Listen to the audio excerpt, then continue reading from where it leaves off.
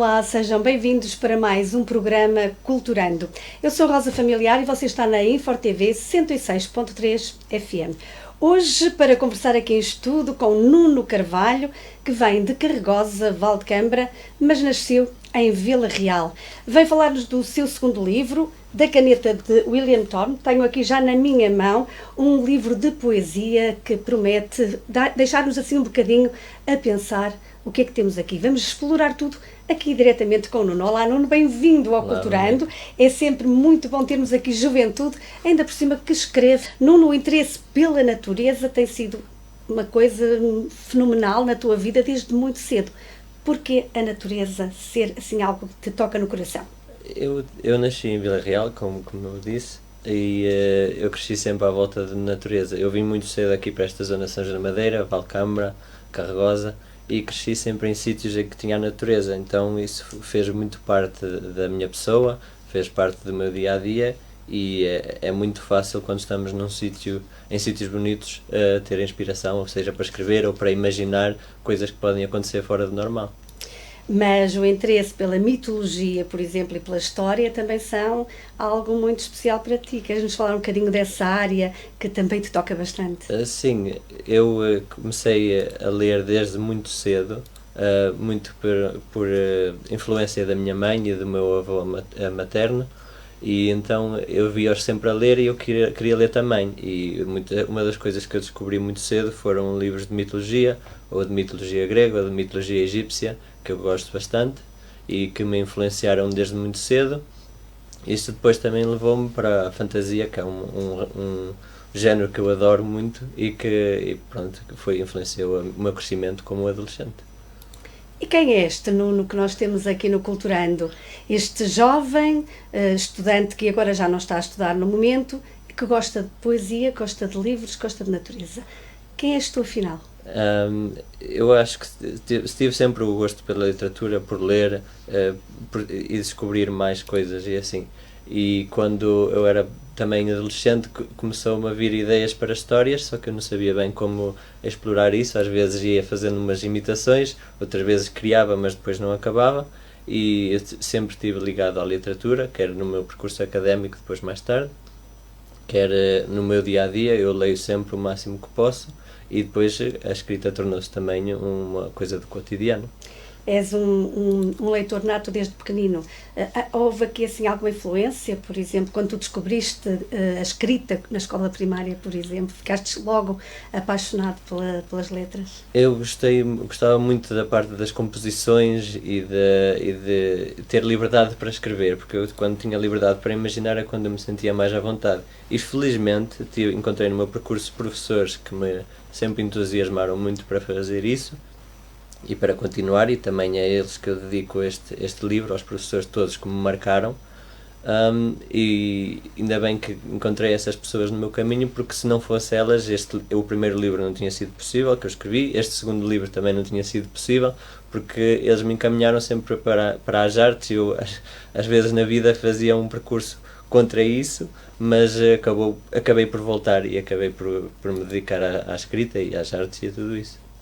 No fundo, havia ali já algo intrínseco em ti. Tens família ligada à literatura? Ou há pouco dizias que a tua família já lia, já era um incentivo para ti, não é? Mas existe alguém que... avós, sei lá, no passado? Que o meu pai também houve uma altura que tentou escrever literatura e poesia também. Eu acho que ele meteu um livro. Eu sei que o meu avô paterno, que já faleceu há muito tempo, até antes de eu nascer, ele, quando esteve em África, também escreveu um livro que depois acho que só foi para a família. O meu avô sempre gostou muito de ler e dizia-me autores para eu ir lendo ou assim, e a minha mãe sempre via ler. E eu acho que foi essa parte, e além dos professores também que se cruzaram comigo, que me incentivaram sempre para escrever e para imaginar, e quanto mais eu imaginasse, melhor. Fantástico. Este livro já foi apresentado? Sim. Como é que tem corrido? Qual é o feedback dos leitores? O que é que te têm dito? E o que é que tu sentes quando ouves também essas mensagens? Eu acho que umas coisas que se mantêm desde o primeiro livro e deste é que quando as pessoas dizem que quando começam a pegar é muito difícil parar. E isso é um ótimo feedback, porque isso significa que fizemos algo bem, mas também depois dá aquele incentivo para querer continuar a produzir, porque queremos fazer essas pessoas continuar a fazer felizes, e quando eu escrevo também fico muito feliz. Já me disseram de um poema ou outro que gostassem muito, e o facto de ser uma escrita com muito sentimento, e eu acho que isso também é algo muito importante na poesia, seja no verso longo ou no verso mais curto, termos bastante sentimento, né, quando escrevemos. Ou seja, isto é um projeto para continuar, não é? Eu não sei quando é que vai ser a próxima vez que eu irei escrever poesia. Isto foi um projeto que demorou muito tempo a ser escrito, foram vários anos. Eu tenho datas aqui para todos os poemas. O mais antigo é de 2011, só que eu não sei o mês de que era, e o mais recente são deste ano, da altura do verão. Não sei quando é que vou escrever poesia outra vez. Eu sei que vai acontecer provavelmente, mas será diferente do que está aqui também. E vou-te desafiar a ler-nos um poema deste livro. O que é que vamos ouvir? Eu vou ler aqui um poema que é sobre relações. Há várias visões que nós temos para as relações. Às vezes elas funcionam bem, outras vezes funcionam não muito bem, e este poema escrevi com a ideia de quando às vezes se insiste numa relação e quando sabemos que não há grande futuro para essa relação, mas continuamos a acreditar. E quando eu puder começar? Vamos a isso. Dança na lama. Morremos. Tomei a tua mão na minha e dançamos nesta casa morta, a lama a servir de chão, mosto esquecido a servir de cal, olhos a servirem de espelhos. Disseste-me que ele nunca tinha dançado contigo. A agonia tomou-me no momento, o sangue pútrido agitou-se de sentimento, e pé ante pé, ignorei a fome das moscas que observavam nas paredes. Concentro-me no universo da tua cara, no fruto vermelho dos teus lábios, nas histórias sussurradas pelos teus olhos. Eu sou o cabo do teu sofrimento. Tentámos contrariar a morte ao trazer vida às fendas. Aconchego o teu suor num dedo, ignoro o espigão que se crava no meu peito, o líquido que tinta o meu corpo, a luz dourada que se esconde na janela escancarada, a ferrugem, a sombra, o sujo cinzento, o ar preso, o podre desejo. Mas tu sabes o que dizer, como entrelaçar a tua língua na minha, levar com ela todas as minhas palavras, forçar o comprimido da vida pela minha garganta, forçar a ilusão a existir durante mais um segundo, mais um minuto, um dia, um mês. A casa sabe que rumamos para caminhos diferentes. O chão abre-se para nos engolir, lama, mosto, moscas e tudo. Das fendas corre este ribeiro negro, esta morte já antes anunciada, a morte que dançamos sobre, a morte que acolhemos por entre os nossos suspiros, mas que se espalhou como veias, como carne, como ossos, como um outro que se gerou do chão sobre nós, que tomou a nossa pele para nos abraçar e para ser, para roubar o que nos resta e para partir, como o sol no crepúsculo, como o calor no inverno, as tuas mãos na minha cara. E quando a minha voz falha, quando as minhas lágrimas ardem como o meu sangue, quando eu sei que estou a um passo do esquecimento, tão morto como esta casa, tão farto de amar como o sol de queimar a estrada no pico do verão, tão farto de amaldiçoar a memória que tudo levou de nós, as veias, a carne, os ossos, o desejo, os suspiros, os minutos, a tua língua na minha, o espigão do meu peito, eu sei, na lama renasço. Fantástico, parabéns, Nuno. Um poema extraordinário, sem dúvida, e de facto a poesia também é uma das formas de nós também podermos alertar a sociedade para aquilo que se passa nas diferentes temáticas, neste caso nos relacionamentos entre as próprias pessoas. Sim. É isso que Sim, queres, exatamente, no fundo, transmitir. Este título leva-nos a pensar que provavelmente este William será o autor. Será que temos aqui uma autobiografia poética ou não? Explica-nos tudo. O William Thorne nasceu noutro livro que eu estava a escrever e eu precisava de um personagem que fosse escrevendo alguns poemas, e eu iria metê-los esses poemas no início de cada capítulo para tentar se relacionar com o que estava a acontecer nessa história e nesse mundo. Eu sempre tive um bocado de receio da poesia porque eu era uma pessoa ou sou uma pessoa ainda que se alonga muito. E eu sempre achei muito intimidante escrever poesia. Então eu criei esse personagem para tentar ver as coisas desse prisma, para tentar não ser tanto eu, mas usar tipo uma máscara, que eu refiro aqui bastantes vezes, que vê o mundo. Então esse personagem começou a ser, eu comecei a produzir ao longo dos anos vários poemas, e tentei sempre ver as coisas do prisma dele, dando-lhe as minhas memórias, dando-lhe as minhas experiências, às vezes utilizando até a imaginação, e ver o que é que sairia dali. E eu comecei a gostar bastante do que estava a acontecer, mas eu tinha outros projetos, não é? E a vida também não me permitia estar sempre a escrever a poesia, e ao longo dos anos, pronto, fui escrevendo estes poemas, e é esta através máscara. do William. Sim. Através dele. Dizes que desde muito novo começaste por escrever pequenas histórias, mas que nunca completaste, ou seja, elas ficavam pelo caminho. Só por volta dos 20 anos é que houve aqui uma decisão de começar a terminar essas histórias que, no fundo, estavam na tua mente e que viviam contigo e que estavam por ali paradas. Essas histórias fazem parte de quê? Eu acho que foi por volta do 8º ano, do 9º ano, que eu tinha ideia para as histórias assim mais pequeninas, de coisas às vezes que eu até via no dia-a-dia, e ia tentando mudar o que é que tinha acontecido, ou seja em séries, ou em livros, ou em filmes, e tentava mudar a partir daí. Isso sempre começou nessa altura. Depois, mais tarde, por volta do 12º, foi quando comecei a ter ideias do 12º ano, comecei a ter ideias para escrever as minhas próprias histórias e para metê-las num contexto próprio, mas eu começava e depois às vezes as coisas, quando ficavam mais aborrecidas, eu largava, mas foi numa altura da universidade, no meu 2º ano da universidade, quando eu tive ideia para uma história, e eu comecei a escrever essa história e eu pensei, bem, eu preciso aqui de mais contexto. Então comecei a escrever uma outra história, e esse foi o meu primeiro livro. Mas eu, quando comecei a escrever essa história, eu pensei, bem, agora não vou fazer como fiz antes, eu tenho que acabar este livro, demorasse o tempo que demorasse, e foi cerca de 1 ano e qualquer coisa, e eu escrevi essa história, e esse foi assim que comecei o meu primeiro livro.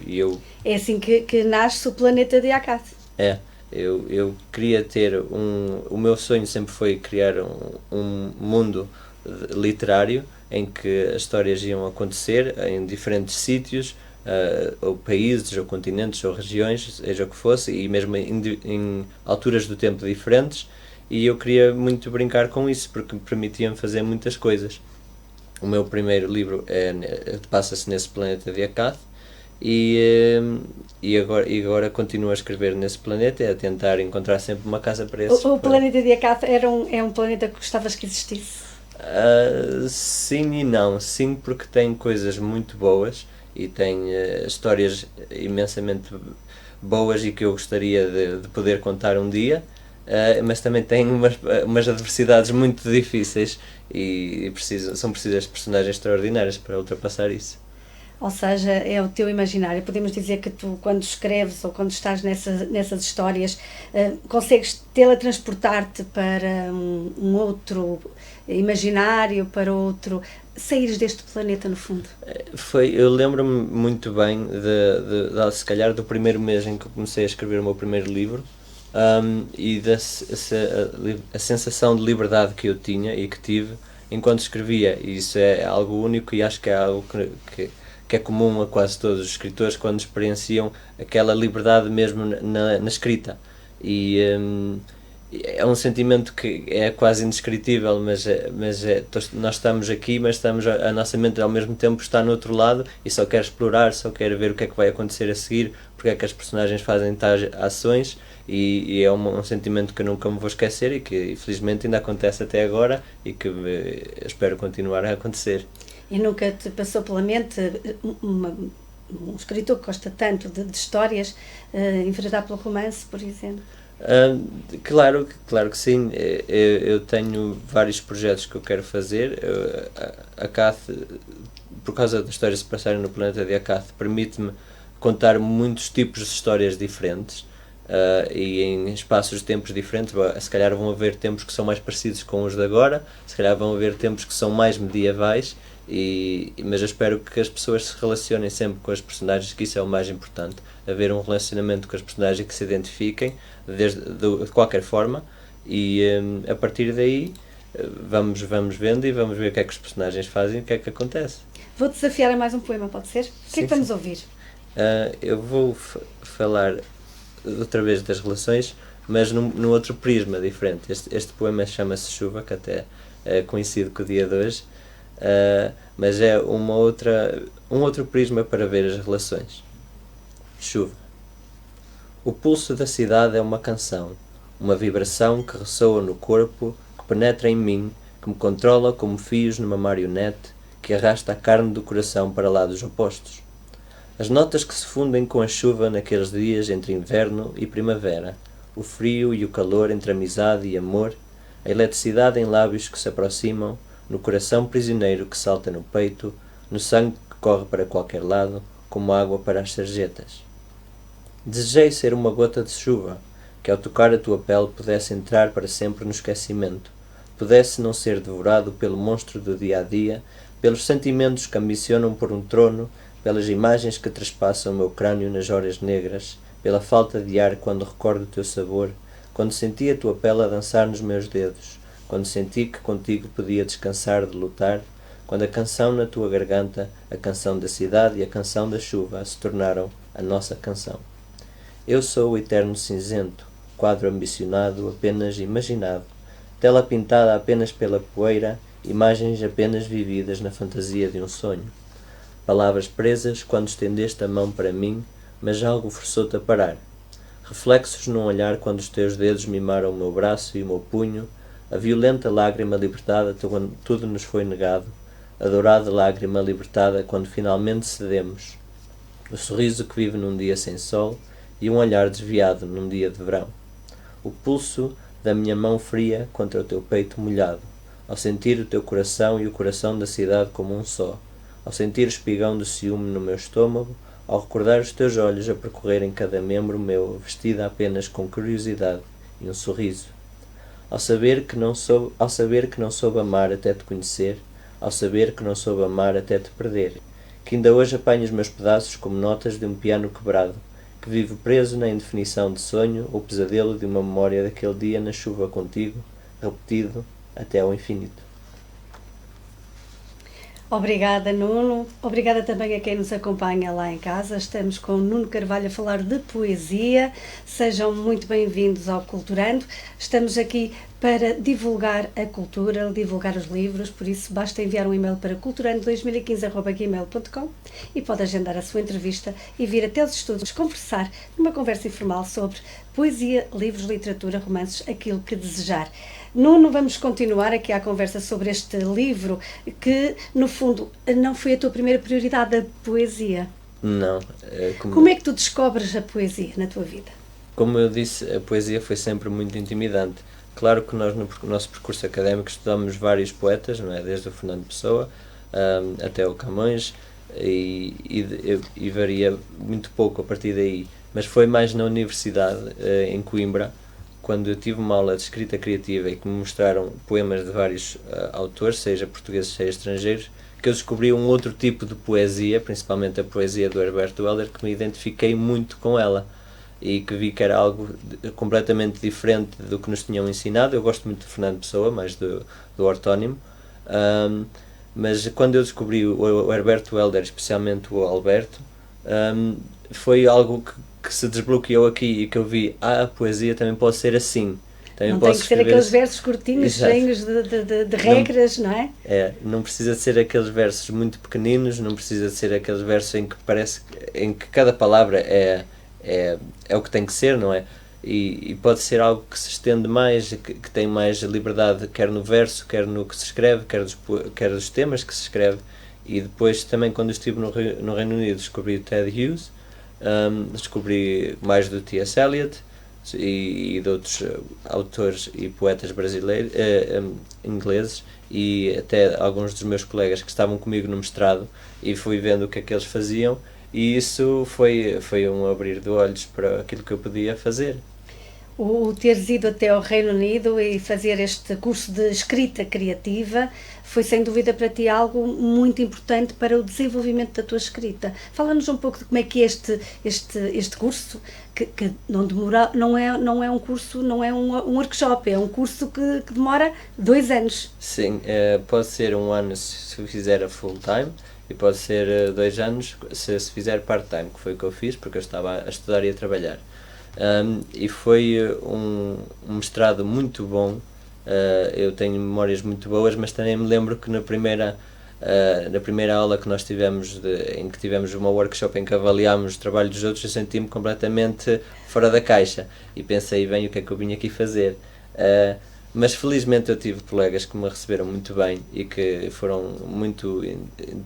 estavam muito entusiasmados com o facto de eu ser o único estrangeiro e era o único português a escrever em inglês, e que me acolheram muito bem e que me davam boas dicas sobre o meu trabalho, e eu via o que é que eles faziam com o inglês e eu nunca pensei que se fosse possível fazer o que eles faziam, e isso incentivou-me bastante. E depois, o que é que mais te acrescentou à escrita este curso? Foi o processo da escrita é algo muito solitário, e ter mais pessoas a participar no nosso processo de escrita às vezes pode ser intimidante, mas outras vezes é algo que é muito bom, porque vemos falhas no nosso trabalho que não estamos habituados a ver, porque estamos sempre nós.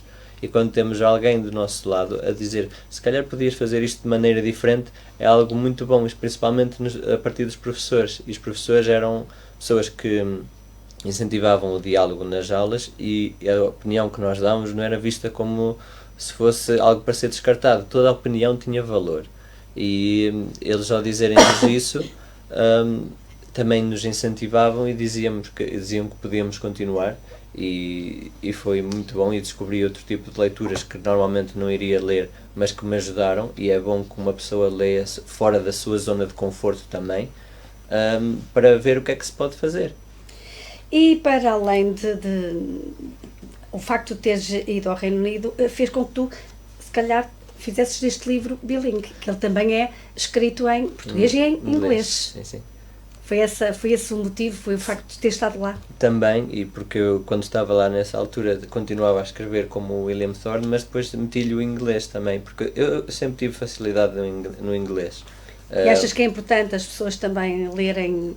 Abre-nos outras perspectivas também. É sempre muito interessante entrarmos em contacto com outra língua, quando é uma língua então que nós gostamos, seja ele espanhol ou inglês, francês. Quando vemos o que é que as outras pessoas fazem nessa língua, que nós gostamos, além do português, podemos entrar por caminhos que nós nem sequer pensávamos que íamos entrar, como eu na poesia, mas que depois, principalmente no módulo também de poesia no Reino Unido, fui lendo mais coisas em inglês e ia vendo o que é que eles iam fazendo, e principalmente a parte da sonoridade, que foi muito importante para mim e é algo que eu espero que esteja também neste livro, e foi algo que eu comecei a incorporar nos textos que eu escrevia. E que no inglês é possível, embora a gente tenha aquela noção de que é difícil, não é? É, mas também havia muito... eu estudei em Birmingham, que é na parte do centro do Reino Unido, na parte do West Midlands, e havia muito a tradição do spoken word, que é o facto de haverem, por exemplo, noites de poesia em que toda a gente declama os seus poemas, e quando nós vemos esses poemas a serem declamados, principalmente eu tinha colegas que declamavam muito bem e que faziam umas completas apresentações dos poemas que declamavam, eu comecei a pensar muito na sonoridade também. É essa partilha que nos enriquece, não é? Sim, exatamente. Quando encontramos outros autores, outros poetas, e mesmo de países diferentes, e entramos em contato com essas culturas, que abre-nos o mundo, não é? É sem dúvida, eu acho que sim.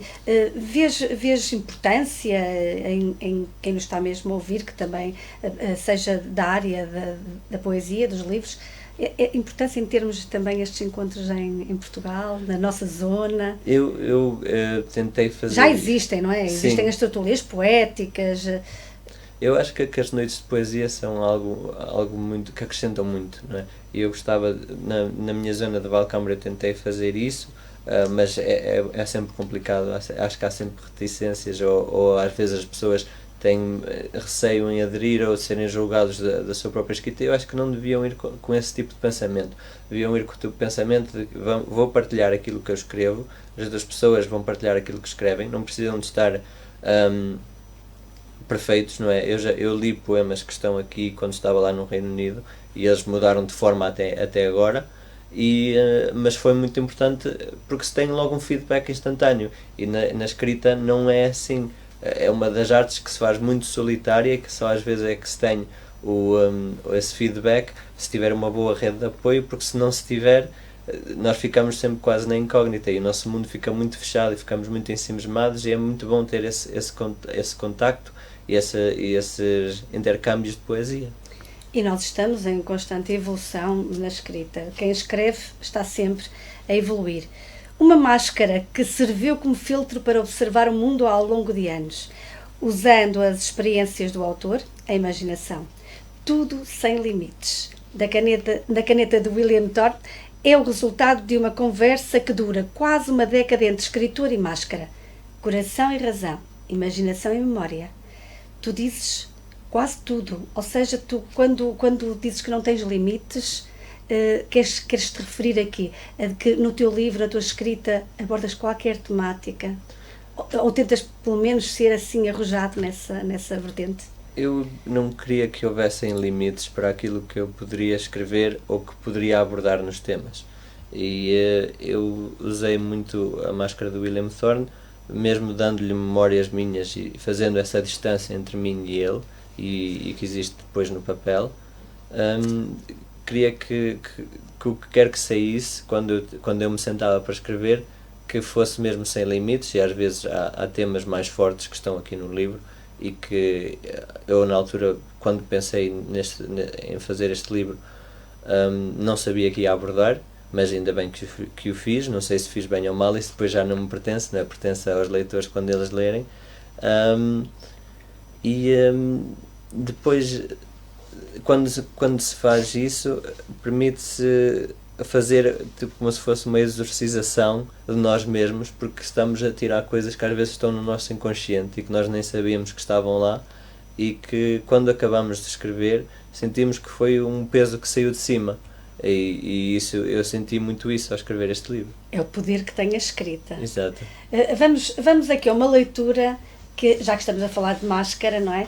Vamos ler o poema que no fundo ele acho que abre o teu livro, não é verdade? Sim, é o primeiro. Máscara, esta máscara que é tão importante para ti e que está escrita em português e inglês. Vamos fazer aqui um dueto, eu vou ler o português, tu vais ler o inglês, tu é que és o expert na língua, e vamos tentar dar aqui vida à máscara, escrita aqui pelo Nuno. Pronto? Sim. Sei que no silêncio começa a tua canção, que delicadamente os teus dedos dançam nas teclas do piano, no escuro, e que cada nota, cada melodia é a lâmina que crava fundo na carne do meu coração. I begin where you end.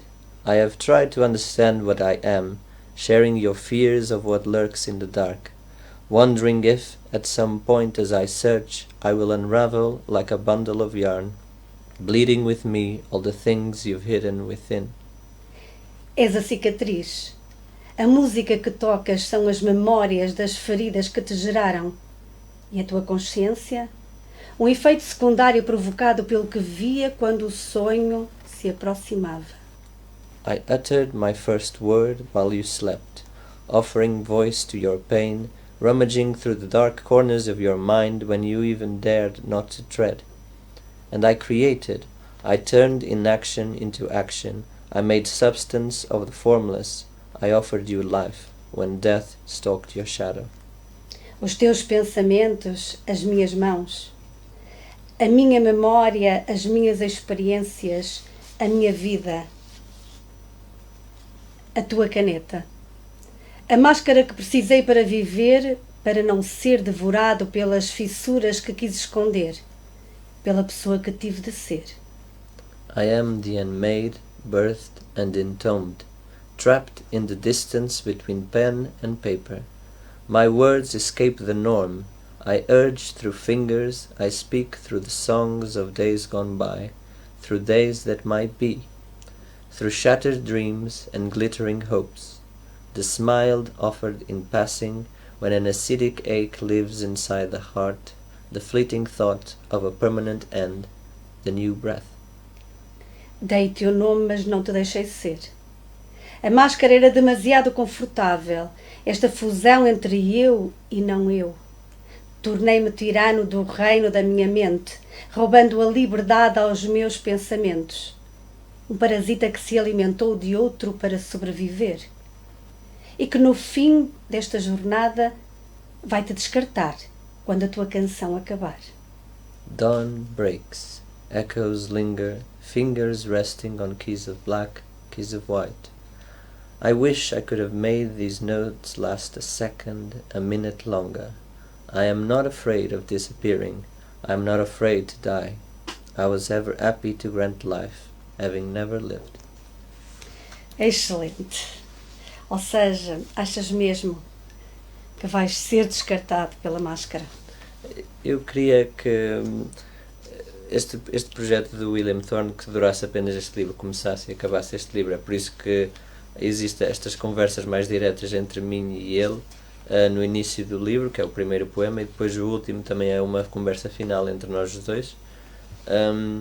E ver, é uma reflexão de como nós dois víamos o mundo, às vezes as diferenças, às vezes as semelhanças, e isso também se vai vendo noutros poemas, em que não há uma conversa tão direta como nestes dois poemas, mas que foi importante de fazer, e também é um exercício importante de fazer e interessante, porque os ritmos que existem no inglês e no português são diferentes, e foi muito complicado escrever estes poemas.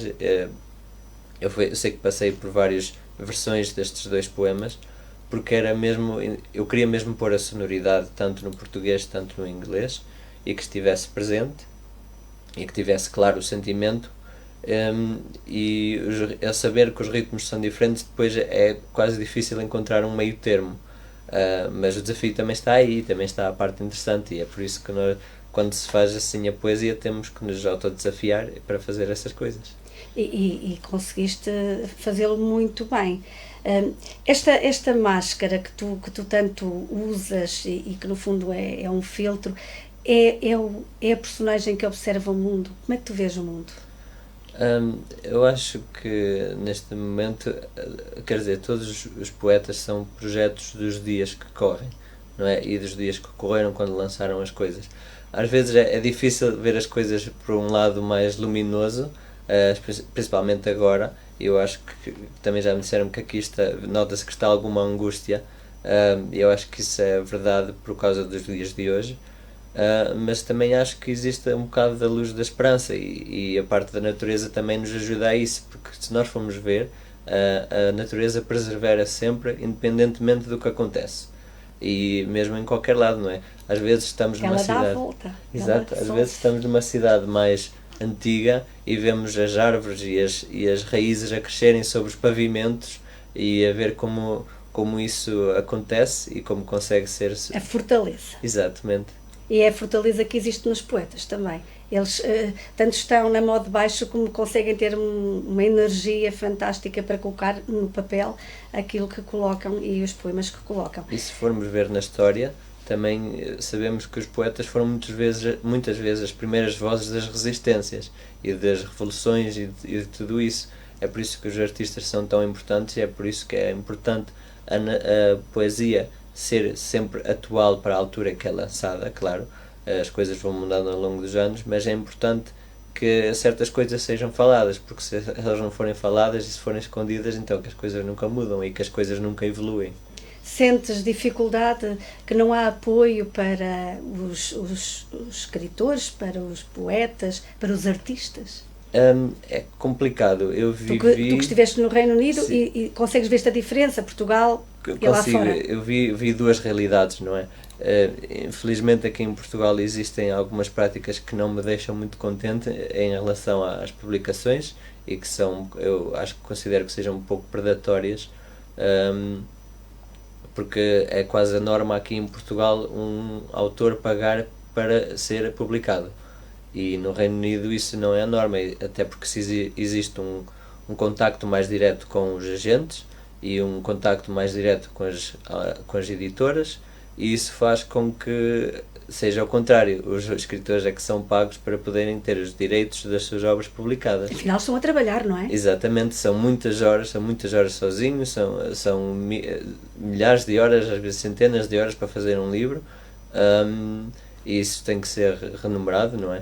E é difícil ver isso em Portugal, mas eu sei que as coisas estão a mudar. Quando publiquei o meu primeiro livro há cerca de 8 anos, a perspectiva e o prisma era diferente do que é agora. Eu vejo algumas coisas tentarem mudar para o lado positivo, e também isso dá-me um bocado mais de esperança para as coisas aqui em Portugal, mas depois é preciso sempre coisas como financiamento, orçamentos, e isso, se formos a ver o da cultura, vemos que não tem sido tão bom como poderia ser.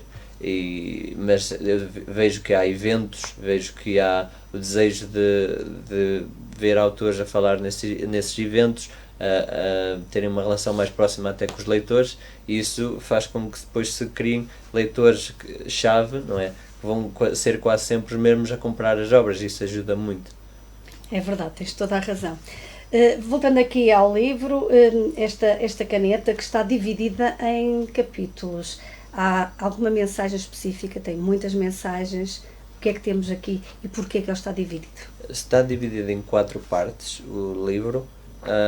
As primeiras 2 partes são mais sobre o cotidiano, sobre às vezes a música que existe nos dias que correm, que existem em sítios que às vezes nós não esperamos que esteja, e eu quis dividir por essas partes por isso mesmo, para tentar ter essas perspectivas.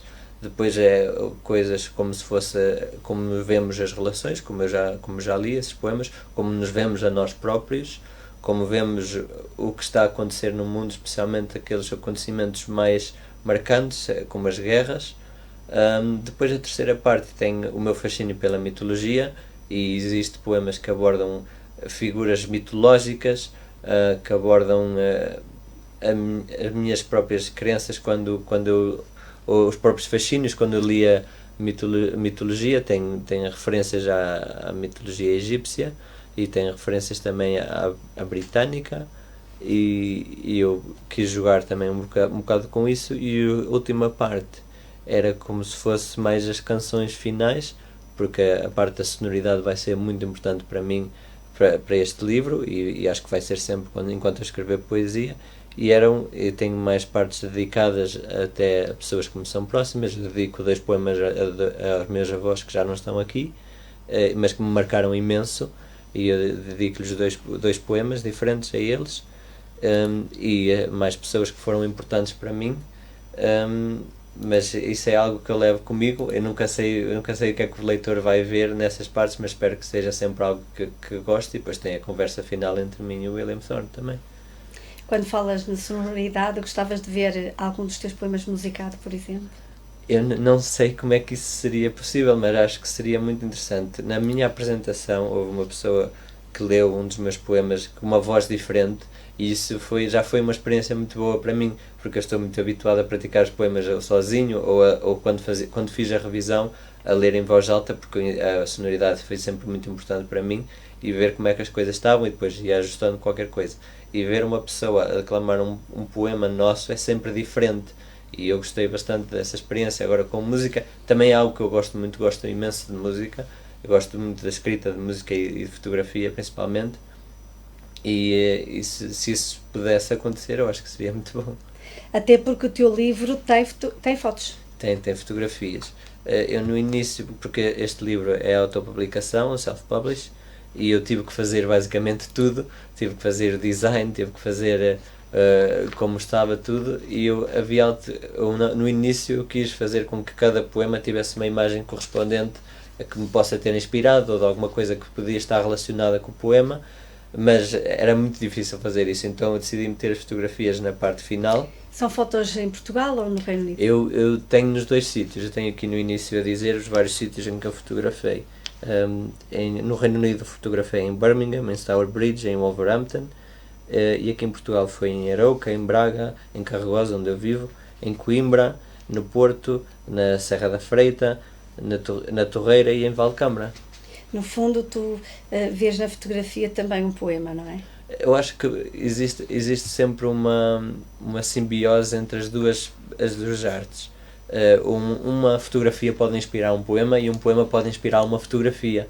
Um, e estas imagens eu quero que sirva mais ou menos para as pessoas poderem ver o que é que me poderá ter inspirado, ou uma imagem que poderia se ajustar a um poema que eu escrevo aqui. E existem várias aqui.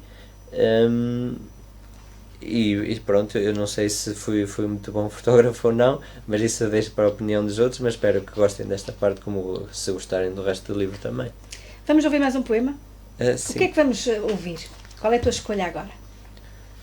Ora bem, eu posso ler aqui um poema. Vais para uma temática diferente? Agora vou para a parte da escrita. Se eu encontrar aqui... também este poema é dedicado a uma poeta que eu gostei muito de conhecer, eu conheci pessoalmente e que nos conhecemos em Coimbra, que é a Ana Luísa Amaral.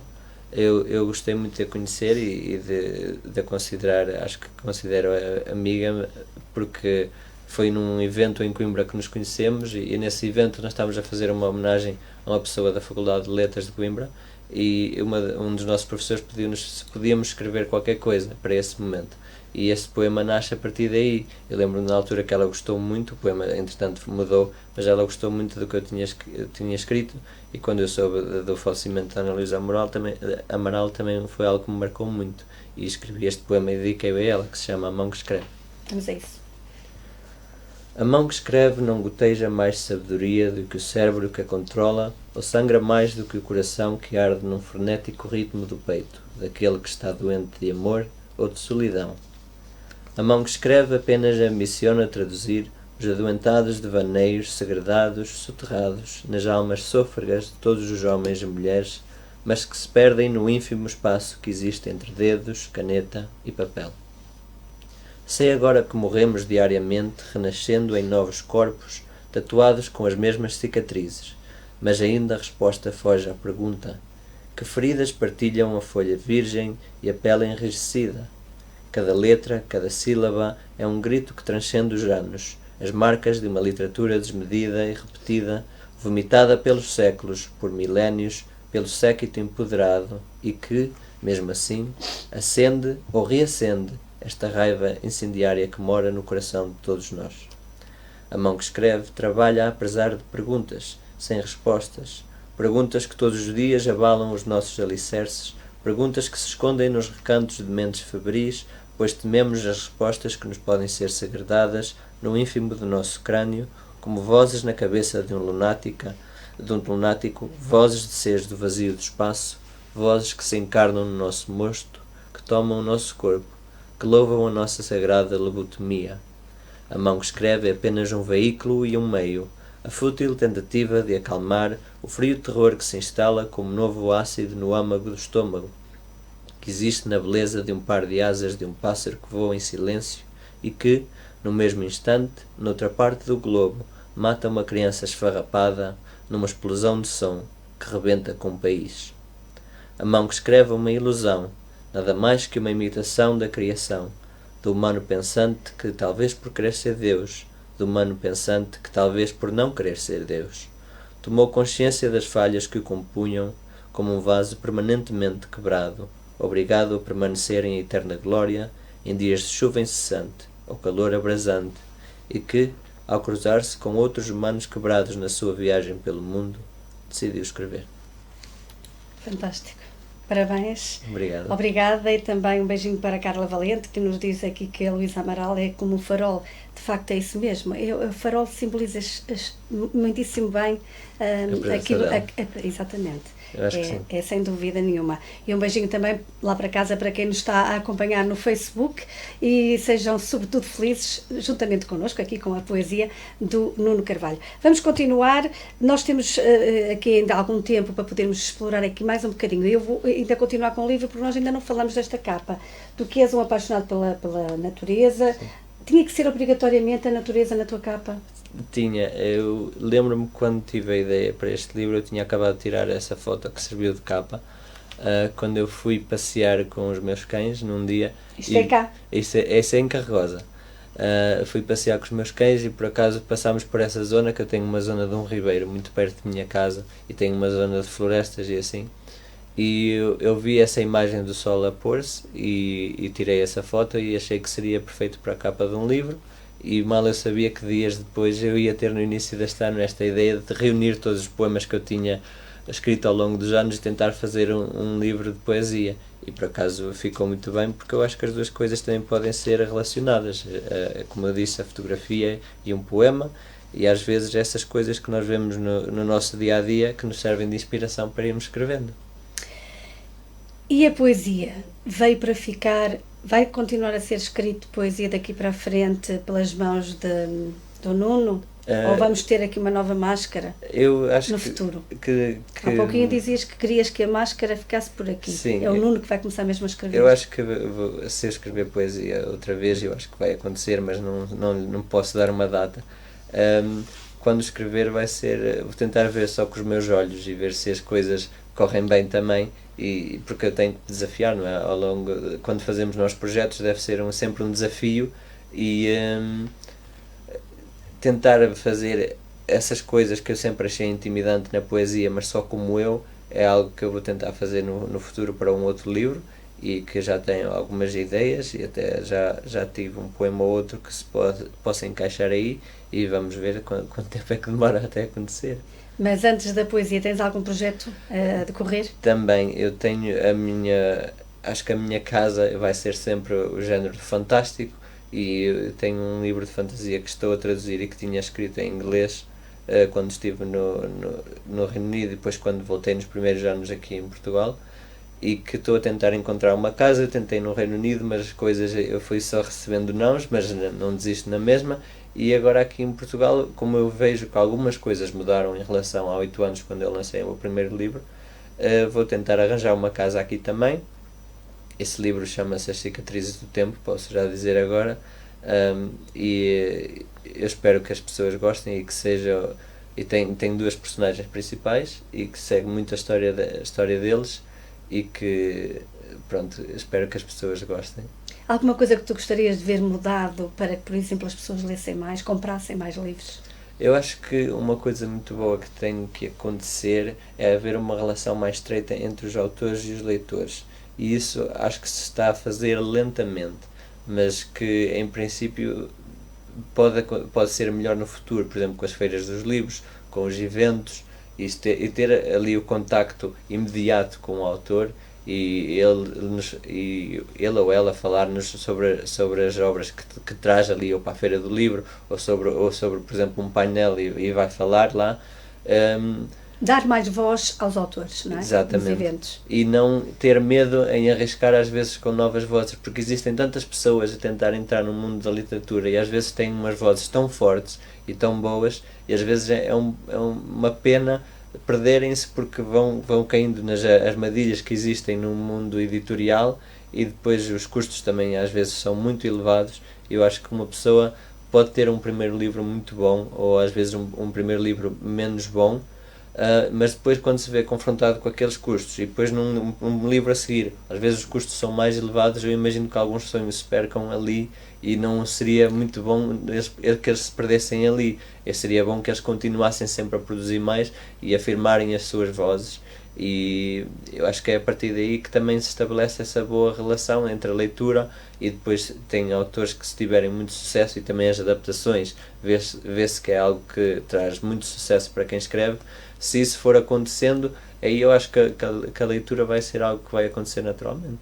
E neste nosso mundo mais pequenino, nós vivemos, apesar de serem cidades, são cidades mais pequenas, achas que se podia fazer algo mais para que a poesia estivesse mais na moda, não é? Conseguisse ter mais público em relação a outras atividades, até mesmo as autarquias proporcionarem mais eventos? Eu acho que esses eventos seriam muito bons, e era como eu falei antes das noites de poesia, porque em Birmingham havia vários sítios na cidade de Birmingham, e mesmo que seja nestas... Mas lá as pessoas aderem, não é? Vão. Sim. Aqui mas as coisas precisam de existir também para as pessoas poderem depois entrar. Se essas coisas existirem e se houver interesse, e por exemplo acontecer regularmente num sítio e depois as pessoas sabem, eu posso ir ali porque eu sei que vou ter uma noite de poesia e até vai ser bom e vai haver novas experiências e conheço pessoas aqui da terra que são poetas ou não. A partir daí é que se vê mais o entusiasmo e depois a partir daí fica muito mais fácil produzir também. E quem desejar ter este teu livro, não esteve na apresentação, não vai estar numa apresentação futura que vais-me já dizer quando é que é, como é que pode fazer?